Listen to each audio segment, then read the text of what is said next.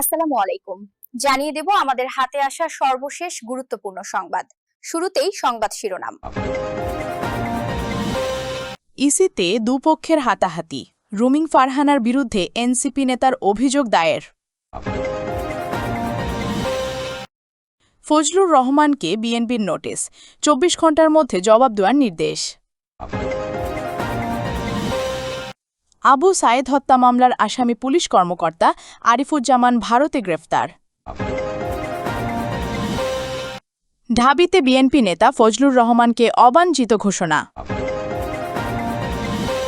এতক্ষণ শুনছিলেন সংবাদ শিরোনাম, এখন বিস্তারিত। ব্রাহ্মণবাড়িয়া ২ ও ৩ আসনে সীমানা পুনর্নির্ধারণের দাবি আপত্তির শুনানি চলাকালে নির্বাচন কমিশনে ইসি দুই পক্ষের হাতাহাতির ঘটনায় বিএনপির আন্তর্জাতিক বিষয়ক সম্পাদক ব্যারিস্টার রুমিন ফারহানের বিরুদ্ধে অভিযোগ করেছেন জাতীয় নাগরিক পার্টির এনসিপির সিনিয়র যুগ্ম মুখ্য সংগঠক আতাউল্লাহ। তিনি ব্রাহ্মণবাড়িয়া ৩ সংসদীয় আসনে সীমানা পুনর্নির্ধারণ বিষয়ক আপিলকারী। রোববার ২৪ অগস্ট নির্বাচন কমিশন কার্যালয়ে সিনিয়র সচিব বরাবর দায়ের করা অভিযোগে আতাউল্লাহ বলেন, নির্বাচন কমিশন আমার নির্বাচনী এলাকা ব্রাহ্মণবাড়িয়া ৩ আসনের সীমানা পুনর্নির্ধারণ করার সিদ্ধান্ত গ্রহণ করে। সেখানে বিজয়নগর উপজেলার ৩টি ইউনিয়ন ব্রাহ্মণবাড়িয়া ২ আসনে সংযুক্ত করলে এলাকাবাসী সংক্ষুব্ধ হয়। তাদের অনুরোধে এবং তাদের পক্ষে আমি নির্বাচন কমিশনের সীমানা নির্ধারণের বিরুদ্ধে আপত্তি দাখিল করি।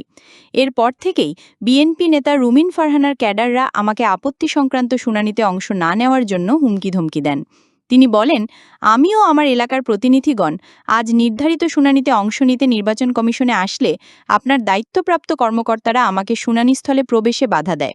পরবর্তীতে আমি শুনানি শুরু হওয়ার ঠিক আগ মুহূর্তে প্রবেশ করতে সক্ষম হই।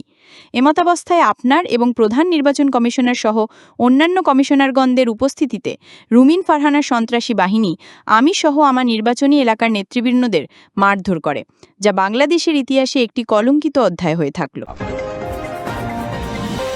উদ্ভট ও শৃঙ্খলা পরিপন্থী বক্তব্যের অভিযোগে বিএনপি চেয়ারপারসনের উপদেষ্টা পরিষদের সদস্য ফজলুর রহমানকে কারণ দর্শানোর নোটিশ দেয়া হয়েছে।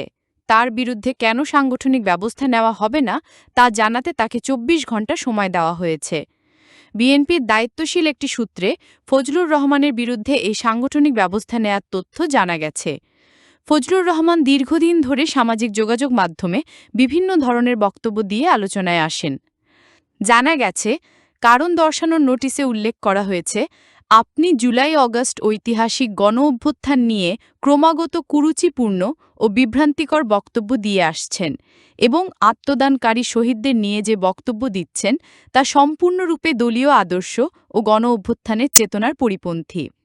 মহিমান্বিত এই গণ-অভ্যুত্থানের বিরুদ্ধে এবং গণতন্ত্র পুনরুদ্ধারের আন্দোলন নিয়ে আপনার বক্তব্য জনমনে তীব্র প্রতিক্রিয়া সৃষ্টি করেছে।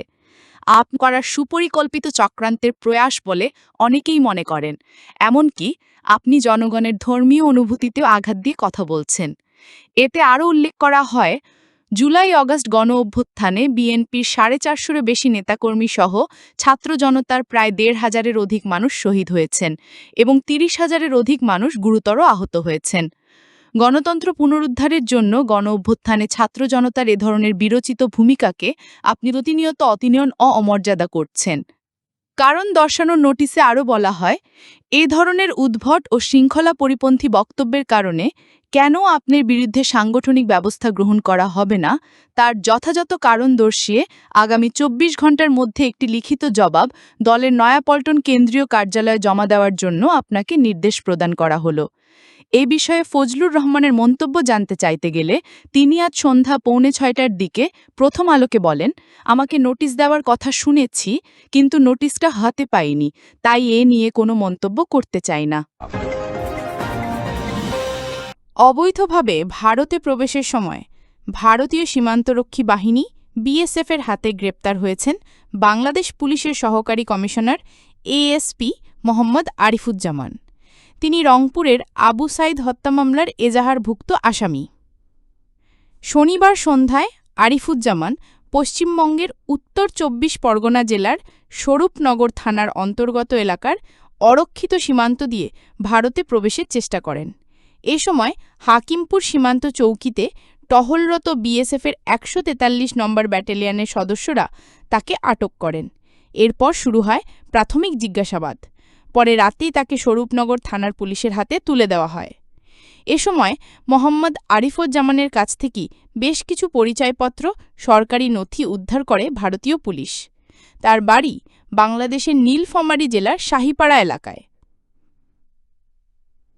আরিফুজ্জামান ময়মনসিংহ জেলার মুক্তাগাছা উপজেলায় অবস্থিত APBN-2 এর সহকারী পুলিশ সুপার পদে কর্মরত ছিলেন। গত ১৪ অক্টোবর থেকে তিনি বিনা অনুমতিতে তার কর্মস্থলে অনুপস্থিত ছিলেন। এ কারণে তাকে সাময়িকভাবে বরখাস্ত করা হয় এবং সেই থেকে তিনি পলাতক ছিলেন।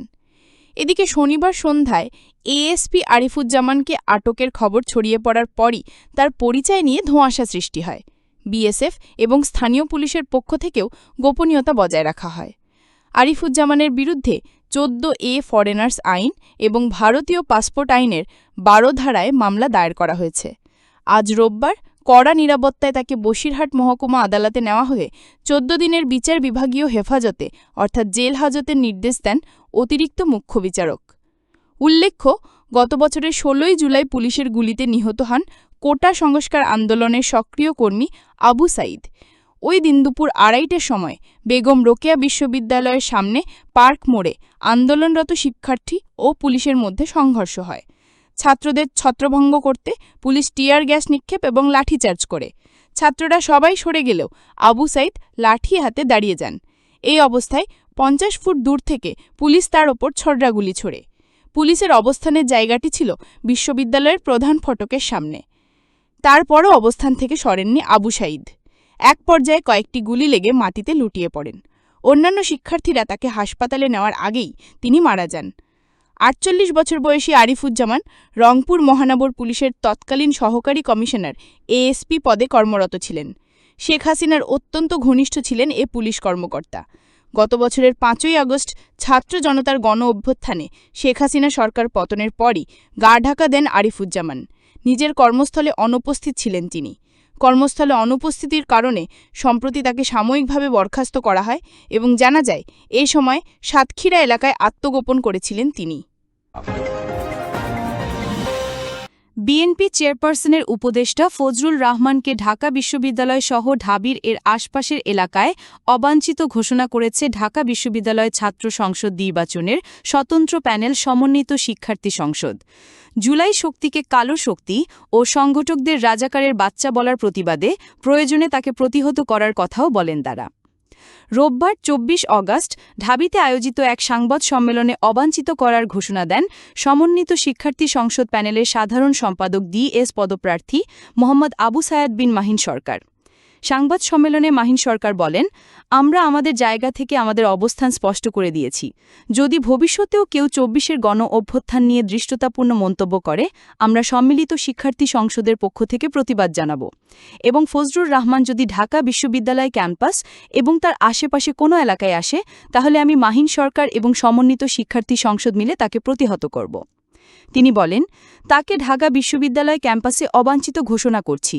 যতক্ষণ না পর্যন্ত বিএনপির অনুগত ছাত্র সংগঠন তাদের অবস্থান পরিষ্কার না করবে, আমরা সাধারণ শিক্ষার্থীদের পক্ষ থেকে তাদের প্রতিও আমরা সন্দেহ প্রকাশ করব। আমরা বলতে চাই, ডাকসু নির্বাচন শুধু নয়, সমন্বিত শিক্ষার্থী সংসদের মাধ্যমে জাতীয় রাজনৈতিক যে ইতিহাস সেটি সংরক্ষিত হবে সঠিকভাবে। এদিকে ফজলুর রহমানের বক্তব্যের প্রতিবাদে তার কুশপুতুল দাহ ও গণজুতা নিক্ষেপ কর্মসূচি ঘোষণা করেছে বৈষম্য বিরোধী ছাত্র আন্দোলন। রোববার ২৪ অগস্ট শাহবাগ জাদুঘরের সামনে এই কর্মসূচি পালন করবে সংগঠনটি।